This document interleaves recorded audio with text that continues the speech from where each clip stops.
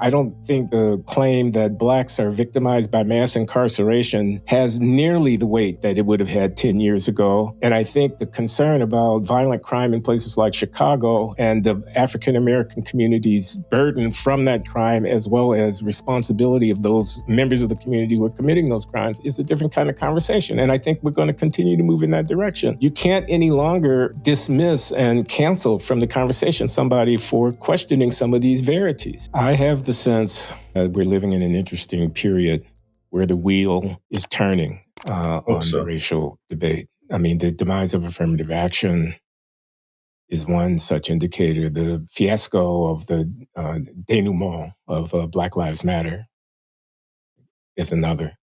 What do I mean by that? What I mean is, in retrospect, it's very clear that that was a moral panic, that racial reckoning of 2020 after the killing of George Floyd and the culmination of a decade of protest about police violence and whatnot. The Democrats are running a prosecutor for president, and they're proud of it.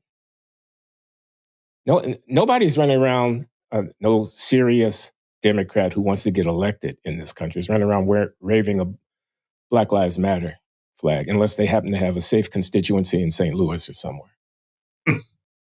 DEI is on the run. It's a rout. It's a rout. You just got through saying Black kids don't want to be identified as the beneficiaries of affirmative action. Well, how many people are having it asked openly and candidly, is that a DEI appointment, including people running for president of the United States?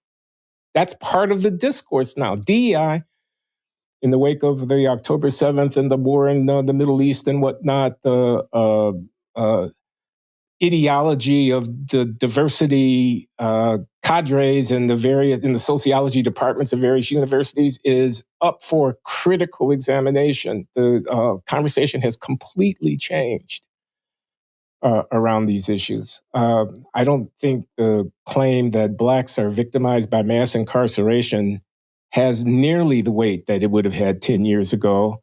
And I think the concern about violent crime in places like Chicago and the African American community's burden from that crime, as well as responsibility of those members of the community who are committing those crimes, it's a different kind of conversation. And I think we're going to continue to move in that direction. You can't any longer dismiss and cancel from the conversation somebody for questioning some of these verities. And I think the reparations argument, for example, I mean, it's not going to go away. It's going to continue to, be raised and be pushed, but it's not going anywhere, in my humble opinion. We will see not going anywhere. So I think the wheel is turning. I think this affirmative action reaction is just part of a more general shift in the tenor of American policy. And if Trump wins this election, which he could do, that'll be another nail in the coffin. I'm inclined to agree. I mean, even DEI, this is something that's gone by so quickly, it's easy not to notice it. I wasn't talking about DEI in 2019. I was calling it racial preferences and affirmative action, etc. DEI came in, and it wasn't a grand conspiracy. It's what happens in human affairs. It's cumulative. It's emergent. DEI was a euphemism that came in because people who espoused these preference policies knew that it was getting to the point that you were hitting such a sore spot that people were beginning to lose faith in the whole idea or were not capable of listening. This whole conversation we're having about DEI is really just a euphemism for what used to be called preferences. And yeah, you're right. It is very much on the ropes. I think that the fact that poor Claudine Gay had to step down, if it weren't on the ropes, she'd still be in. She would have waited for that to blow over. And the fact that she's Black and interesting and beleaguered by Christopher Rufo would have kept her in. But no, it didn't. That to me was the big moment. Kind of like, remember when Jesse Jackson was discovered to have had a love child? He had been sleeping with somebody while he was ministering to the Clintons during the Lewinsky business. If you think about it, that was a turning point with the reign of him and that kind of demagoguery. We never really heard from him in any significant way again after that happened. That was, I think, in 2001. And I have full sympathy for his medical condition now. I'm not trying to dump on him. And I was never a huge enemy of Jesse Jackson, but that was it. And I remember thinking at the time, this is important because the conversation is going to change. Nowadays, when people rail against Jesse Jackson and Al Sharpton, I try to gently say that's gone. Claudine Gay not being in that job meant something. That meant that, to me, that peak woke was over. And yeah, we're still in that moment. And it's going to take time for people to get used to the idea of Black people trying their best, having bad things happen to them that way because of the caprices of social history and our assumptions gradually changing. It's really going to blindside a lot of people. But, it has to, if we're talking about real social justice. Yeah, I would agree with you on that. Race conversation is changing. Oh, did you hear about Robin DiAngelo? No, I didn't hear about Robin DiAngelo. What gossip do you have to share with me about Robin DiAngelo? Pure gossip.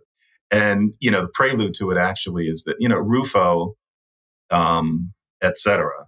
Don't tell me she plagiarized something in... and then going after all these DEI people, finding all of this, rampant plagiarism. Yeah, this is Christopher Rufo of the Manhattan Institute. He writes in City Journal and who was a major exposer of the plagiarism of Claudine Gay and so forth. But just in case people don't know who Rufo is, but go ahead. Right. And they exposed others.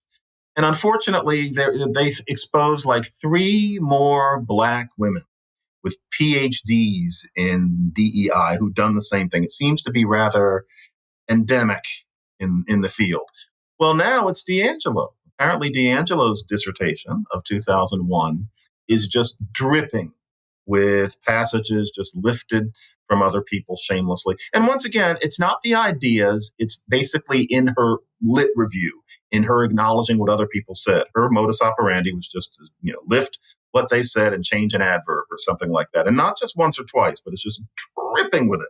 And most of the people who she plagiarized are people of color. And so, she has this idea that all people of color must be treated as these Dresden China figures. But look what she did when she got bored writing her dissertation and didn't feel like composing text. And so, it made the news for about 36 hours, and then it went away. But Robin DiAngelo is many things. She is not Black. And now it turns out that she is not immune from these sorts of charges. Just wanted to say, and it's a little small of me, but because the media, the mainstream media being the way it is, haven't heard much about it, I just thought I'd say it here so people knew that there is, that blotch upon her record. Not to say that there aren't any on mine, but mine are not about plagiarism. So, that. I doubt that she cares very much. I mean, she's already gone to the bank. I mean, I have no idea how much money she's made with this white fragility shtick that she's been selling for a decade. It's not like she has an academic reputation to protect. She doesn't have anything to worry about.